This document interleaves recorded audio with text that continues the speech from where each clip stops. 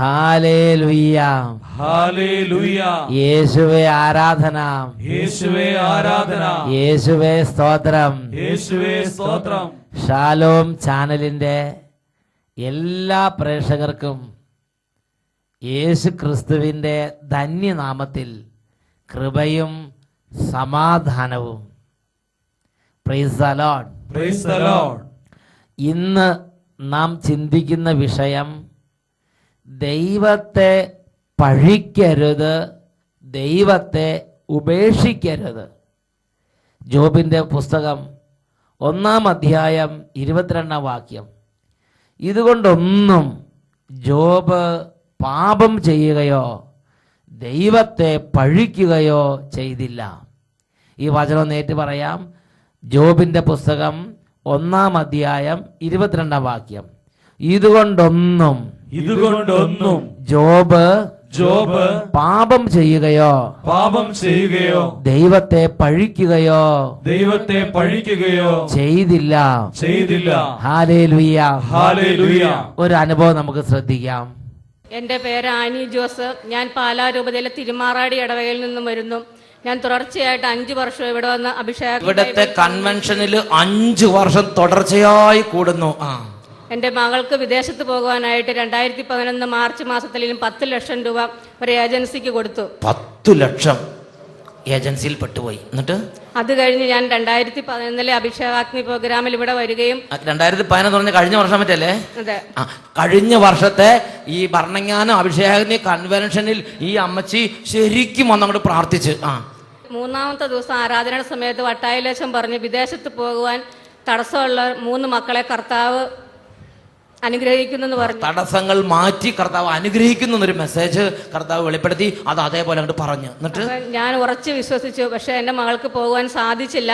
അപ്പൊ ഏജൻസിക്കാർ കൊണ്ടുപോകുന്ന ഓർത്തോട് ഞാൻ പിന്നെയും പ്രതീക്ഷ കൈവിട്ടില്ല. എന്നിരുന്നാലും ഞാൻ ഞായറാഴ്ച ദിവസങ്ങളിലെ അഭിഷേകാഗ്നി പ്രോഗ്രാം വീട്ടിലിരുന്ന് ടിവിയിൽ കണ്ട് മനം മടുക്കാതെ പ്രാർത്ഥിച്ചുകൊണ്ടിരുന്നു. എന്നിട്ട് കുറ്റപ്പെടുത്തുന്നില്ല, ഈ പ്രാർത്ഥന കേൾക്കണല്ലോ, ദൈവം ഇല്ലേ, ഇനി വെറുതെ പ്രാർത്ഥിക്കുന്നതാണ്. അങ്ങനത്തെ ചില പെട്ടെന്ന് കുറ്റപ്പെടുത്തുന്ന അരൂപികളുണ്ട്. വിശ്വാസമുള്ളവർ ഒരിക്കലും ദൈവത്തെ പഴിക്കുന്ന രീതിയിലേക്ക് പോവുകയില്ല. Praise the Lord. അവർ ജോബിന്റെ പോലെ, അവർ പരിശുദ്ധ കന്യകാമാതാവിനെ പോലെ ദൈവം നയിക്കുന്ന വഴിത്താർ ഉറച്ചു നിന്ന് വിശ്വാസത്തിന്റെ ആ വഴിയിൽ അവർ ബലത്തോടെ മുന്നോട്ട് നീങ്ങും. ഈ അമ്മച്ചി അതേപോലെ തന്നെ. എന്നിട്ട് അങ്ങനെ 2012 മാർച്ച് മാസത്തിൽ മസ്കറ്റിൽ നിന്നൊരു നേരിട്ടൊരു ഇന്റർവ്യൂ വരികയും എൻ്റെ മകൾ അതിൽ പോയി പങ്കെടുത്തു. അന്ന് 120 പിള്ളേര് ആ ടെസ്റ്റിൽ പങ്കെടുക്കാനുണ്ടായിരുന്നു. അതിൽ 20 പിള്ളേര് പാസ്സായി. അപ്പൊ അതിൽ എൻ്റെ മകളും പാസ്സായി. അങ്ങനെ ഒരു പൈസ പോലും മുടക്കാതെ കാശ് മുടക്കാതെ പോകാൻ സാധിച്ചു. വിദേശത്ത് പോയി ജോലി കയറി. ഇപ്പൊ മകള് ജോലിയിലാണോ? അവിടെയാണോ? ജോലി തന്നെയല്ലേ? അവിടെ പോയി ജോലി പ്രവേശിച്ച് ജോലി ചെയ്ത് ഇന്ന് ദൈവത്തെ മഹത്വപ്പെടുത്തിക്കൊണ്ടിരിക്കുകയാണ്. അതോടൊപ്പം എന്റെ മകനും ഈ 2012 ഡിസംബർ 5-ാം തീയതി വിദേശത്ത് പോയി. അതിനും ഒരു പൈസ പോലും ആദ്യത്തെ 10 ലക്ഷം പോയത് പോട്ടെ, സാരില്ല. പക്ഷേ ആദ്യം എന്ത് ചെയ്യുന്നറിയോ? പൈസ കൊടുത്ത് എങ്ങനെയെങ്കിലും പോകാൻ നോക്കി. അത് കഴിഞ്ഞ് ഒരു കെണി മനസ്സിലായപ്പോൾ പിന്നെ പൈസ കൊടുക്കുന്ന രീതി നിർത്തി. പിന്നെ ഈശോയോട് അങ്ങോട്ട് പ്രാർത്ഥിക്കാൻ തുടങ്ങി. വിശ്വാസം കൊണ്ട് ദൈവസന്നിധിയിൽ പോയി. അത് ബൈബിളിൽ നമുക്ക് ദൈവം നൽകിയിരിക്കുന്ന നിർദ്ദേശം. നമുക്കൊരാവശ്യം വന്നാൽ നമ്മുടെ ആവശ്യത്തിൽ ദൈവത്തിന് ഇടപെടാൻ കഴിയും. Praise the Lord. അതുകൊണ്ട് ബൈബിൾ ദൈവമക്കൾക്ക് നൽകുന്ന ഒരു പ്രത്യേക നിർദ്ദേശമാണ്. ചോദിക്കുവിൻ നിങ്ങൾക്ക് ലഭിക്കും, അന്വേഷിക്കുവിൻ നിങ്ങൾ കണ്ടെത്തും, മുട്ടുവിൻ നിങ്ങൾക്ക് തുറന്ന് കിട്ടും. അതനുസരിച്ച് ഇവർ കരഞ്ഞങ്ങോട്ട് പ്രാർത്ഥിച്ച്. നിരാശപ്പെടാനോ ദൈവത്തെ പഴി പറയാനോ ബാക്കി എല്ലാവരും പോയി എൻ്റെ മക്കൾക്ക് മാത്രം ജോലിയൊന്നുമില്ല കുറ്റപ്പെടുത്താനോ നിരാശ പറയാനോ മനസ്സ് മടുത്തിരിക്കാനോ ഒന്നിനും ഇടവന്നില്ല. Praise the Lord. ഇവർ പ്രാർത്ഥിച്ചുകൊണ്ടിരുന്നു. അതിൻ്റെ ഫലമായിട്ട് 2 മക്കൾക്കും വിദേശത്ത് നല്ല ജോലി കൊടുത്ത് ഒറ്റ പൈസ മുടക്കാതെ പോയി ജോലി ചെയ്യാൻ തക്കവണ്ണം അവർക്ക് വഴികൾ തുറന്നു കൊടുത്ത് കർത്താവ് അനുഗ്രഹിച്ചു. Hallelujah, hallelujah. പ്രിയപ്പെട്ട സഹോദരങ്ങളെ, ആ ഒരു കുടുംബത്തിന് വേണ്ടി ആ കുടുംബത്തിന്റെ കൂടെ നിന്ന് ഇടപെട്ട ദൈവം ഓരോരുത്തരുടെയും വേദന അറിഞ്ഞ് അവർക്ക് വേണ്ടി കരുതുന്നൊരു കർത്താവുണ്ട്. ഈ നിമിഷങ്ങളിൽ നമുക്ക് എഴുന്നേറ്റ് നിൽക്കാം. പ്രിയപ്പെട്ട സഹോദരങ്ങളെ, ഇതേപോലെ പല വിഷമങ്ങളിലൂടെ കടന്നു പോകുന്ന കുടുംബമായിരിക്കാം ഒരുപക്ഷെ നമ്മുടെ കുടുംബം. ഈ സമയം ആ വേദന എല്ലാം ദൈവസന്നിധിയിലേക്ക് സമർപ്പിക്കുക. പാട്ടുപാടി ദൈവത്തെ ആരാധിക്കുമ്പോൾ ഹൃദയത്തിലെ ദുഃഖവും വേദനയെല്ലാം ദൈവത്തിലേക്ക് സമർപ്പിച്ച് നാം വിശ്വസിക്കുന്ന ദൈവത്തിൽ ഹൃദയം അർപ്പിച്ച് അങ്ങോട്ട് പ്രാർത്ഥിക്കണം. എല്ലാവരും ഓരോരുത്തരും അവരവരുടെ ദുഃഖവും ഭാരവും അഭിമുഖീകരിക്കുന്നവരാണ്. രണ്ട് കരങ്ങൾ ദൈവസന്നിധിയിലേക്ക് അങ്ങോട്ട് ഉയർത്താം. ഈ ഉയർത്തിയ കരങ്ങളിൽ ജീവിതത്തിൻ്റെ ഭാരങ്ങളെല്ലാം ദൈവസന്നിധിയിലേക്ക് അങ്ങോട്ട് സമർപ്പിക്കാം. കൈകൾ നന്നായിട്ട് അങ്ങോട്ട് ഉയർത്തി പിടിക്കട്ടെ. ഉറക്കെ സ്തുതിക്കുന്നു. Hallelujah, hallelujah, hallelujah. ആരാധന, ആരാധന, ആരാധന. ഓ ദൈവമേ, എനിക്ക് വേണ്ടി കരുതുന്ന കർത്താവേ, എനിക്കായി കരുതുന്നവൻ, യേശുവേ, ഭാരങ്ങൾ വഹിക്കുന്നവൻ, കർത്താവേ, എനിക്കായി കരുതുന്നവൻ, എന്റെ യേശുവേ, ഭാരങ്ങൾ വഹിക്കുന്നവൻ, എന്നെ കൈവിടാത്തവൻ, യേശുവേ കൂടെയുണ്ട്. പരീക്ഷയുടെ ദൈവം അനുവദിച്ച പരിഹാരം എനിക്ക് കരുതിയിട്ടുണ്ട്. എന്തിനെന്ന് ചോദിക്കില്ല ഞാൻ, എന്റെ നന്മയ്ക്കായി അറിയുന്നു ഞാൻ. കരങ്ങളടിച്ച് കുടുംബമായി കൈയടിച്ച് കൈയടിച്ച് കൈയടിച്ച് കർത്താവിനെ ആരാധിക്കുന്നു. എന്റെ ദൈവത്തെ ഞാൻ ഉറച്ചു വിശ്വസിക്കും. എന്റെ ദൈവത്തെ ഒരിക്കലും സംശയിക്കില്ല, ഒരിക്കലും പഴിക്കില്ല. Glory, glory, glory. എരിതിയിൽ വീണാലും ഗ്ലോറി, ഗ്ലോറി. അവിടെ ഞാൻ ഏകനല്ല, വീഴുന്നതു തീയിലല്ല, രാജാവേ, യേശുവിൻ കരങ്ങളിലാ. കൈകൾ ഉയർത്തി കൈയടിച്ച് പരീക്ഷ എന്റെ ദൈവം അനുവദിച്ച പരിഹാരം എനിക്ക് കരുതിയിട്ടുണ്ട്. പരീക്ഷ എന്റെ ദൈവം അനുവദിച്ച പരിഹാരം എനിക്ക് കരുതിയിട്ടുണ്ട്. എന്തിനെന്ന് ചോദിക്കില്ല ഞാൻ, എന്റെ നന്മയ്ക്കായി അറിയുന്നു ഞാൻ. ഇടത്തോട്ട് വലത്തോട്ട് കൈകൾ അടിച്ച് കുടുംബമായി സന്തോഷിച്ച് യേശുവിൽ വിശ്വാസം അർപ്പിച്ച് ആരാധിക്കുന്നു. ഓരമക്ലേശങ്ങളിൽ ആഴങ്ങൾ കടന്നിടുമ്പോ നടത്തുന്ന ദേശത്തെ ഞാനവൻ കരങ്ങളിലാ. കൈ ഉയർത്തി കൈയടിച്ച് പരീക്ഷയെന്റെ ദൈവം അനുവദിച്ച പരിഹാരം എനിക്ക് കരുതിയിട്ടുണ്ട്. പരീക്ഷയെന്റെ ദൈവം അനുവദിച്ച പരിഹാരം എനിക്ക് കരുതിയിട്ടുണ്ട്. എന്തിനെന്ന് ചോദിക്കില്ല ഞാൻ, എന്റെ നന്മയ്ക്കായി അറിയുന്നു ഞാൻ. കൈയടിച്ച് എനിക്കായി കരുതുന്നവൻ, ഭാരങ്ങൾ വഹിക്കുന്നവൻ, എന്നെ കൈവിടാത്തവൻ, യേശുവിൻ കൂടെയുണ്ട്, യേശുവിൻ കൂടെയുണ്ട്, യേശുവിൻ കൂടെയുണ്ട്. Hallelujah, hallelujah. കൈകൾ വീശി, ഹല്ലേലൂയ, ഹല്ലേലൂയ. രണ്ട് കൈകൾ ഉയർത്തി വീശി. Hallelujah, hallelujah. ഹല്ലേലൂയ, യേശുവേ, യേശുവേ, യേശുവേ, യേശുവേ. ആരാധന, ആരാധന, ആരാധന, ആരാധന. എല്ലാവരും സ്തുതിക്കുന്നു. കുടുംബങ്ങൾ ഒന്നിച്ച് സ്തുതിക്കട്ടെ.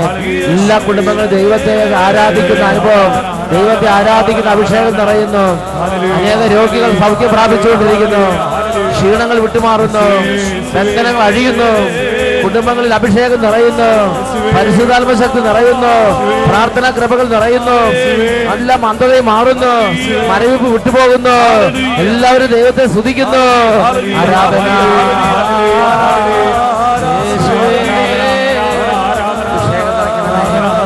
സ്പർശിക്കണമേ, ഇപ്പോൾ സ്പർശിക്കണമേ, ഇപ്പോൾ സ്പർശിക്കണമേ, ഇപ്പോൾ സുഖപ്പെടുത്തണമേ, ഇപ്പോൾ ഇടപെടണമേ, സ്പർശിക്കണമേ, തൊട്ട് സുഖപ്പെടുത്തണമേ. ആരാധന, ആരാധന. യേശുവേ, യേശുവേ. ആരാധന, ആരാധന. യേശുവേ, ആരാധന.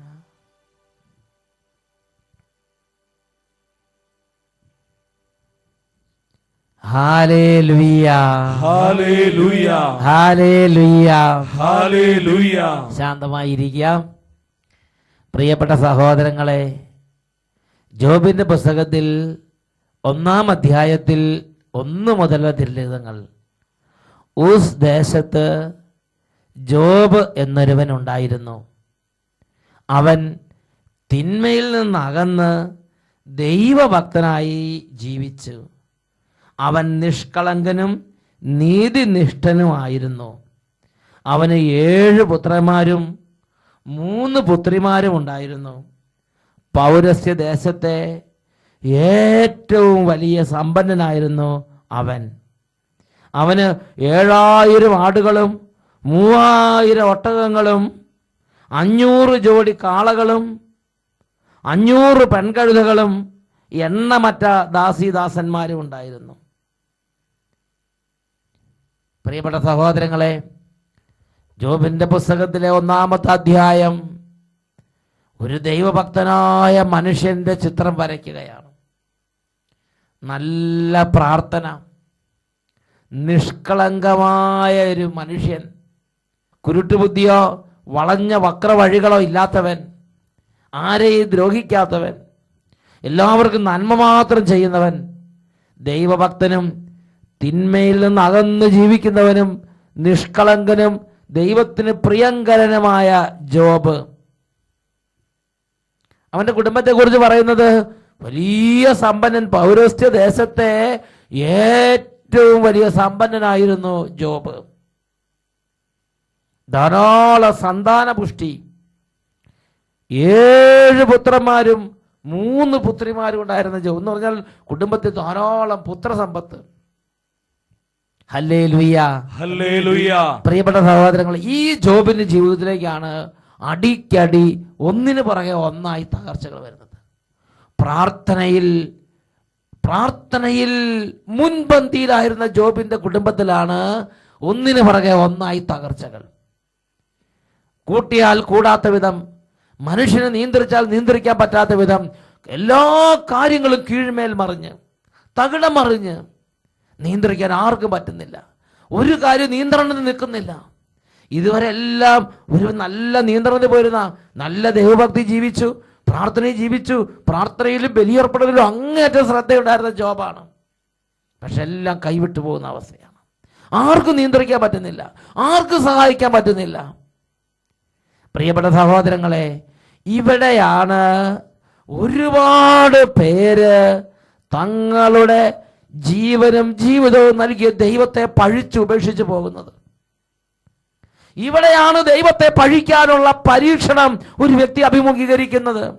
ഞാൻ പ്രാർത്ഥിച്ചിട്ട് എന്തുകൊണ്ട് ദൈവം പ്രാർത്ഥന കേൾക്കുന്നില്ല?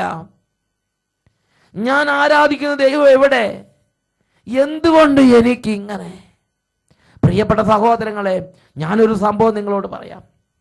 അച്ഛൻ അമേരിക്കയിലുള്ള ഒരു പ്രദേശത്ത് ശുശ്രൂഷയ്ക്ക് ചെല്ലുകയാണ്. അപ്പോൾ അവിടെ വളരെ തീഷ്ണതയോടെ ഈശോയ്ക്ക് വേണ്ടി ജീവിക്കുന്ന ഒരു തീഷ്ണതയുള്ള ഒരു കുടുംബത്തെ കാണാനിട വന്നു. പ്രിയപ്പെട്ട സഹോദരങ്ങളെ, ആ കുടുംബത്തിൻ്റെ അപ്പൻ, അമ്മ, 2-3 മക്കൾ, 1-2 മക്കൾ, അങ്ങനെ നല്ല ഒരു പള്ളിയിലെ കാര്യത്തിലൊക്കെ നന്നായിട്ട് നിൽക്കുന്നു, ശുശ്രൂഷയിൽ നന്നായി നിൽക്കുന്നു, നല്ല വിധത്തിൽ നിൽക്കുകയാണ്. അങ്ങനെ നിൽക്കുന്ന സമയത്താണ് എല്ലാം സന്തോഷമായി പോയി. ജോലിയുണ്ട്, പണമുണ്ട്, ആരോഗ്യമുണ്ട്, മക്കളെല്ലാം സൽസ്വഭാവികൾ, എല്ലാം നല്ല വിധത്തിൽ പോവുകയാണ്. ശുശ്രൂഷയിൽ അവർ മകരുവിനെ 1-ാം സ്ഥാനം നിൽക്കുന്നു. അങ്ങനെ നിൽക്കുമ്പോഴാണ് പെട്ടെന്ന് ഒരു ദിവസം ഒരു വാർത്ത, ഇതാ കുടുംബനാഥയ്ക്ക് ക്യാൻസർ. അതുകൊണ്ട് കുടുംബനാഥയുടെ ആ ക്യാൻസർ വളരെ ഗുരുതരമാണ്, ട്രീറ്റ്മെൻറ്റ് ആരംഭിക്കണം, കീമോതെറാപ്പി ചെയ്യണം. അങ്ങനെ വലിയ, പിന്നെ ഒന്നിനു പുറകെ ഒന്നായി എല്ലാം കൈവിട്ട് പോകുന്ന പോലെ തോന്നുക. പ്രാർത്ഥിച്ചിട്ടും ഈ രോഗം മാറുന്നില്ല, അല്ലെങ്കിൽ അങ്ങനെ പ്രശ്നം മാറും. അപ്പോൾ ആ കുടുംബത്തിൽ 10-ാം ക്ലാസ്സിലൊക്കെ പഠിക്കുന്ന അല്ലെങ്കിൽ ഇച്ചിരി മുതിർന്നൊരു കുട്ടിയുണ്ട്. ആ കുട്ടിയുടെ മനസ്സിന് ഇതാ വലിയൊരു പീഡ. അവൻ ചോദിക്കുകയാണ്, വൈ, എന്തുകൊണ്ട് ഇങ്ങനെ സംഭവിക്കുന്നു? എന്തുകൊണ്ട് ഇത് സംഭവിച്ച്? എന്തുകൊണ്ട് ദൈവം ഇത് കാണുന്നില്ല? ഞങ്ങൾ ആർക്കും ഒരു തെറ്റും ചെയ്യുന്നില്ലല്ലോ, ഞങ്ങൾ ഉപകാരം മാത്രമല്ലേ ചെയ്തുള്ളൂ, ഞങ്ങൾ പ്രാർത്ഥിക്കുന്ന കുടുംബമല്ലേ, എന്തുകൊണ്ട് ഇത് ഞങ്ങളുടെ കുടുംബത്തിൽ വന്ന്? എത്ര ആലോചിച്ചിട്ടും ഈ ചെറുപ്പക്കാരന്, ഈ കുട്ടിക്ക് ഒന്നും മനസ്സിലാകുന്നില്ല. അവൻ്റെ പ്രാർത്ഥനയിൽ നിന്ന് അവൻ പതുക്കെ ഡിമ്മായി, അവൻ്റെ ഉത്സാഹം ഡിമ്മായി, അവൻ പള്ളിയിൽ വരുന്നുണ്ടെങ്കിലും ഒരു ചടങ്ങ് പോലെയായി അവൻ അങ്ങനെ. പക്ഷെ ആ സമയത്ത് അവിടെ ആത്മീയ ജ്ഞാനം പകർന്നു കൊടുക്കാൻ നല്ല കുടുംബങ്ങൾ വേറെ ഉണ്ടായിരുന്നു, നല്ല ബന്ധുക്കൾ, നല്ല മിത്രങ്ങൾ, നല്ല ഇടവ വികാരി, നല്ല ആളുകൾ, പ്രാർത്ഥനാ ഗ്രൂപ്പുകാർ. അവർ ഈ വിവരം അറിഞ്ഞു, ഇത് ഒരു ആത്മീയ പീഡ ഒരു ദൈവപൈതൽ അനുഭവിക്കുന്നു. അവർ ദൈവവചനത്തിന് വിജ്ഞാനം ആ കുട്ടിക്കായി വെളിപ്പെടുത്തി കൊടുത്തു. അവൻ അതിൽ നിന്ന് ശക്തി സംഭരിച്ച് അവൻ ഇന്ന് ആ കുടുംബത്തിൽ രോഗമുണ്ട്, ഇന്ന് ആ കുടുംബത്തിലെ ബുദ്ധിമുട്ടൊന്നും മാറിയിട്ടില്ല, രോഗമുണ്ട്, ചികിത്സയുണ്ട്. അങ്ങനെ ആ അമ്മയുടെ സ്ഥിതി രോഗത്തിൽ തന്നെയാണ്. പക്ഷേ ഇന്ന് അവൻ പറയാണ്, എനിക്ക് എൻ്റെ ഈശോയ്ക്ക് വേണ്ടി മരിക്കണം, എനിക്ക് എൻ്റെ ഈശോയ്ക്ക് വേണ്ടി ജീവിതം അർപ്പിക്കണം, സ്കൂൾ ഓഫ് ഇവാഞ്ചലൈസേഷൻ എനിക്ക് പോയി ചേരണം, എനിക്ക് കർത്താവിന് വേണ്ടി വേല ചെയ്യണം. നോക്ക്, ആ രോഗം അവിടെ നിൽക്കുകയാണ്, ആ വേദന അവിടെ നിൽക്കുകയാണ്. അതിൻ്റെ നടുവിൽ അവൻ പ്രാർത്ഥനയുടെ മനുഷ്യനായി മാറി. ഒരു 10-15 വയസ്സുള്ള ചെറുപ്പക്കാരനാണ്. അവൻ ഈശോയ്ക്ക് വേണ്ടി ജീവൻ അർപ്പിക്കാൻ വേണ്ടി അവൻ കൂടുതൽ കരുത്ത് അവിടെ പ്രാപിക്കുകയാണ്. Hallelujah, hallelujah, hallelujah, hallelujah. പ്രിയപ്പെട്ട സഹോദരങ്ങളെ, നാം വിശ്വസിക്കുന്നുണ്ടെങ്കിൽ നാം ആരിലാണ് വിശ്വസിക്കുന്നത് എന്ന് നാം അറിയണം. കത്തോലിക്ക സഭയുടെ മതബോധന ഗ്രന്ഥം അതിൽ 1-ാം വകുപ്പിൽ 2-ാം ഖണ്ഡിക അവിടെ നമ്മൾ വായിക്കുന്നത് എങ്ങനെയാണ്? ഞാൻ ആരിലാണ് വിശ്വസിച്ചിരിക്കുന്നതെന്ന് എനിക്കറിയാം. എന്നിട്ട് 150-ാം ഖണ്ഡികയിൽ പറയുകയാണ്, വിശ്വാസം എന്നത് മനുഷ്യന് ദൈവത്തോടുള്ള വ്യക്തിപരമായ ഒരു അടുപ്പമാണ്. വിശ്വാസം എന്നത് മനുഷ്യന് ദൈവത്തോടുള്ള വ്യക്തിപരമായ ഒരു അടുപ്പമാണ്. ഞാൻ ആരിലാണ് വിശ്വാസം അർപ്പിച്ചിരിക്കുന്നത് എന്ന് എനിക്കറിയാം. എന്നെ ഉപേക്ഷിക്കാത്ത നല്ല ദൈവത്തിലാണ് ഞാൻ വിശ്വാസം അർപ്പിച്ചിരിക്കുന്നത്. പ്രിയപ്പെട്ട സഹോദരങ്ങളെ, ഈ ദൈവത്തിൽ വിശ്വാസം അർപ്പിക്കുമ്പോൾ ഞാനും നിങ്ങളും മനസ്സിൽ സൂക്ഷിക്കേണ്ട പ്രധാനപ്പെട്ട ഒരു കാര്യമുണ്ട്. ജീവിതം മെലിഞ്ഞും തെളിഞ്ഞും അങ്ങനെ ഒഴുകി മുമ്പോട്ട് നീങ്ങും. പ്രിയപ്പെട്ട സഹോദരങ്ങളെ, അനുകൂലം പ്രതികൂലമായ സാഹചര്യങ്ങളിൽ കടന്നു പോകും. എന്നാൽ പ്രതികൂലങ്ങൾ വരുമ്പോൾ ദൈവത്തെ പഴിക്കാനോ പാപം ചെയ്യാനോ നാം മുതിരരുത്. അനേകം വ്യക്തികൾ ഒന്നിനു പിറകെ ഒന്നായി തകർച്ച, ബുദ്ധിമുട്ട് കുടുംബത്തിലേക്ക് വരുമ്പോൾ അവർ മനഃപൂർവ്വം മദ്യപിക്കാൻ പോകുന്നു, അവർ മനഃപൂർവ്വം പാപത്തിലേക്ക് പോകുന്നു, അവർ മനഃപൂർവ്വം പ്രാർത്ഥന ഉപേക്ഷിക്കുന്നു, അവർ മനഃപൂർവ്വം ദേവാലയ കർമ്മങ്ങൾ ഉപേക്ഷിക്കുന്നു. ഇത് ഒരു ദൈവ പൈതലിൽ നിന്ന് കർത്താവ് പ്രതീക്ഷിക്കുന്നില്ല. സങ്കീർത്തന പുസ്തകത്തിൽ 31-ാം അധ്യായം 24-ാം തിരുലിഖിതം, കർത്താവിനെ കാത്തിരിക്കുന്നവരെ ദുർബലരാകാതെ ധൈര്യം അവലംബിക്കുവിൻ. കർത്താവിനെ കാത്തിരിക്കുന്നവരെ ദുർബലരാകാതെ ധൈര്യം അവലംബിക്കുവിൻ. ഇത് ഒരു കുടുംബത്തിന്റെ അനുഭവം നമുക്ക് ശ്രദ്ധിക്കാം. ഞാൻ പാലാ രൂപതയിൽ പൈക ഇടവകയിൽ നിന്നും വരുന്നു. എൻ്റെ പേര് മരിയ കുരുവിള. 2011 ഭരണങ്ങാനത്ത് നടന്ന അഭിഷേകാഗ്നി കൺവെൻഷനിൽ ഒരു നിയോഗവുമായി ഞാൻ കരഞ്ഞ് വിശ്വസിച്ച് യേശുവിനെ വിളിച്ചു പ്രാർത്ഥിച്ചു. എൻ്റെ മോള് 2009 UK സ്റ്റുഡൻറ് വിസയിൽ പോയി.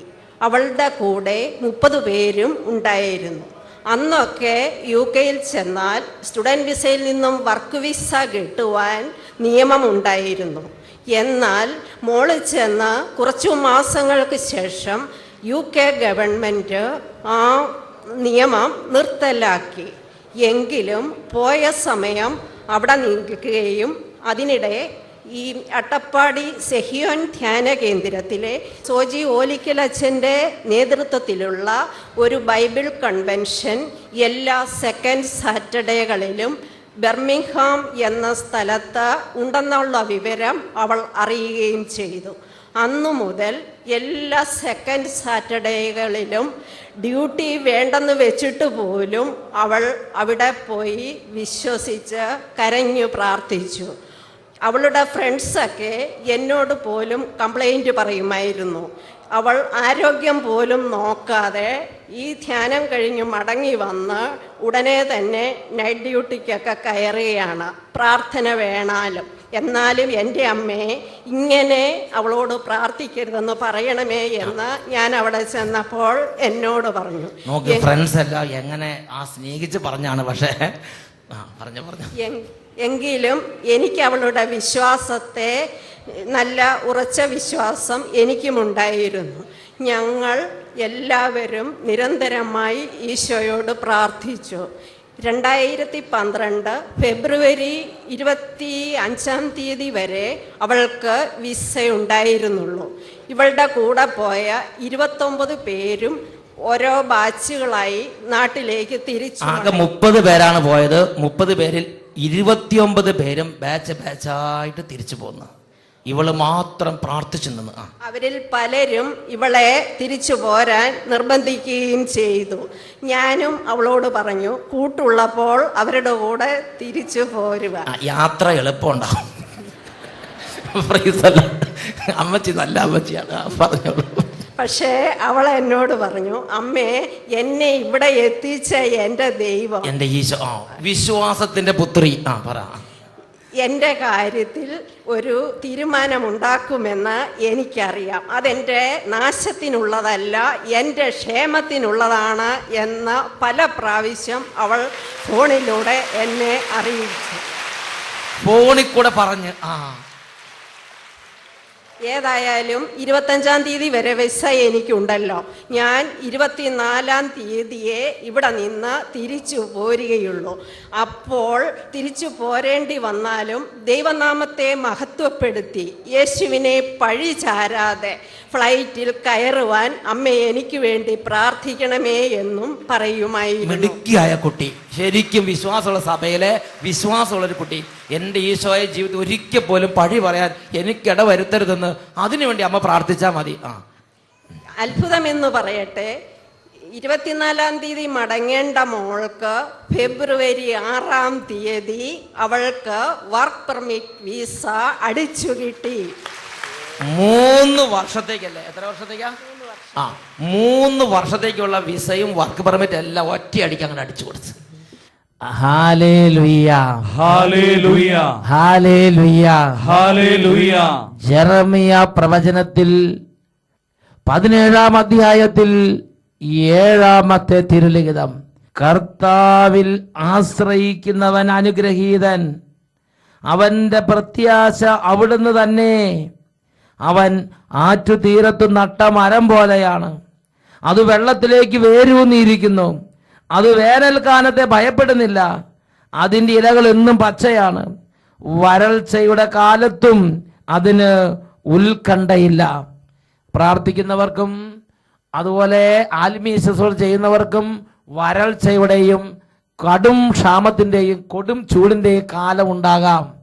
പ്രിയപ്പെട്ട സഹോദരങ്ങളെ, വരൾച്ചയുടെ കാലത്തും ഉത്കണ്ഠയില്ലാതെ ഇരിക്കാൻ ഒരു ദൈവ പൈതൃകം ശക്തിപ്പെടുത്തുന്നത് ഞാൻ ആരിലാണ് വിശ്വസിക്കുന്നത് എന്നതിനെക്കുറിച്ച് ഒരു ഉറപ്പ് വേണം. വിശ്വാസത്തിന്റെ ഒരു ഉറപ്പ് ദൈവം നമ്മിൽ നിന്ന് പ്രതീക്ഷിക്കുന്നുണ്ട്. Hallelujah, hallelujah.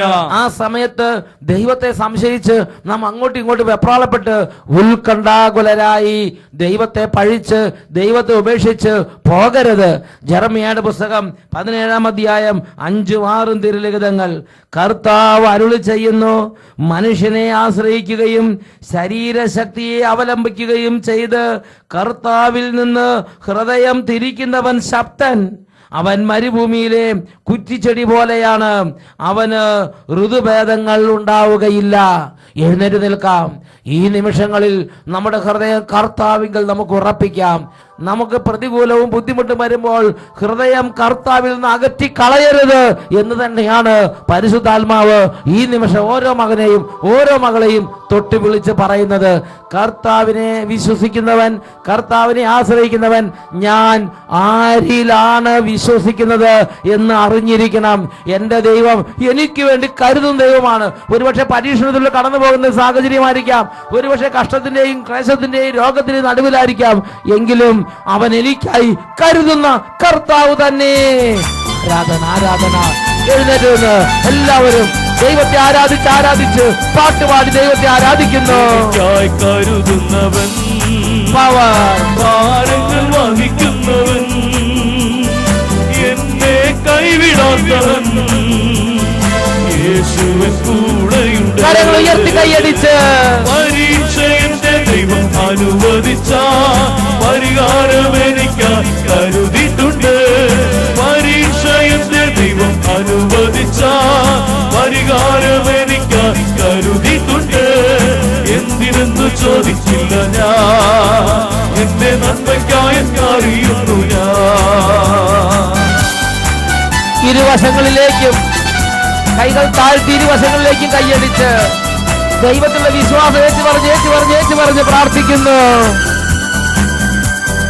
എരികിൽ വീണാലും അവിടെ ഞാൻ ഏകനല്ല, വീഴുന്നതു തീയിലല്ല, യേശുവിൻ കരങ്ങളിലാ. പരീക്ഷ എന്റെ ദൈവം അനുവദിച്ച പരിഹാരമെനിക്കാൻ കരുതിയിട്ടുണ്ട്. പരീക്ഷ എന്റെ ദൈവം അനുവദിച്ച പരിഹാരമെനിക്കാൻ കരുതിയിട്ടുണ്ട്. എന്തിനെന്നു ചോദിച്ചില്ല ഞാൻ, എന്റെ നന്മയ്ക്കായി അറിയുന്നു ഞാൻ. എന്തിനെന്നു ചോദിച്ചില്ല ഞാൻ, എന്റെ നന്മയ്ക്കായി അറിയുന്നു ഞാൻ. എന്റെ നന്മയ്ക്കായി അറിയുന്നു ഞാൻ. എന്റെ നന്മയ്ക്കായി അറിയുന്നു ഞാൻ. കരങ്ങൾ ഉയർത്തി എല്ലാ ഹൃദയ ദുഃഖങ്ങളും ദൈവസാന്നിധ്യത്തിലേക്ക് സമർപ്പിച്ച് ഒരുമിച്ച് ഉറക്കെ സ്തുതിക്കുന്നു.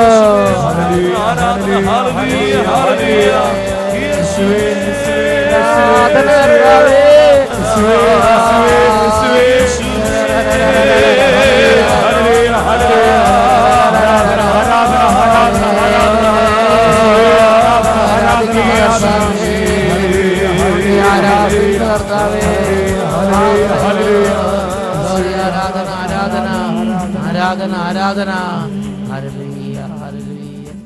യേശുവേ ആരാധന, യേശുവേ ആരാധന. Hallelujah hallelujah.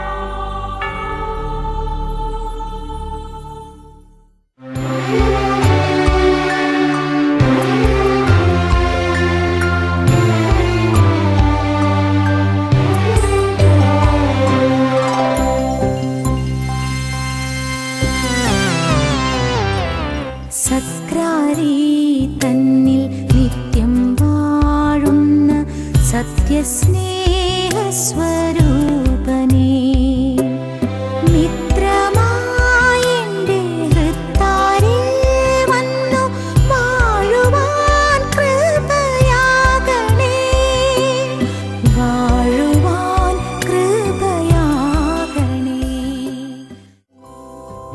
ഈ നിമിഷങ്ങളിൽ എല്ലാ ദൈവമക്കളും കരങ്ങൾ കൂപ്പി, ദൈവം നല്ല വഴികളിലൂടെ മാത്രം എന്നെ നടത്തുകയുള്ളൂ, എന്റെ കർത്താവ് എന്നോട് ദോഷമായിട്ടൊന്നും ചെയ്യുകയില്ല, സ്നേഹിച്ച് പ്രാർത്ഥിക്കാം. ദോഷമായിട്ടൊന്നും എന്നോടെന്റെ താതൻ ചെയ്യുകയില്ല, എന്നെ അവൻ അടിച്ചാലും അവൻ എന്നെ സ്നേഹിക്കുന്നു, എന്നെ അവൻ അടിച്ചാലും അവൻ എന്നെ സ്നേഹിക്കുന്നു.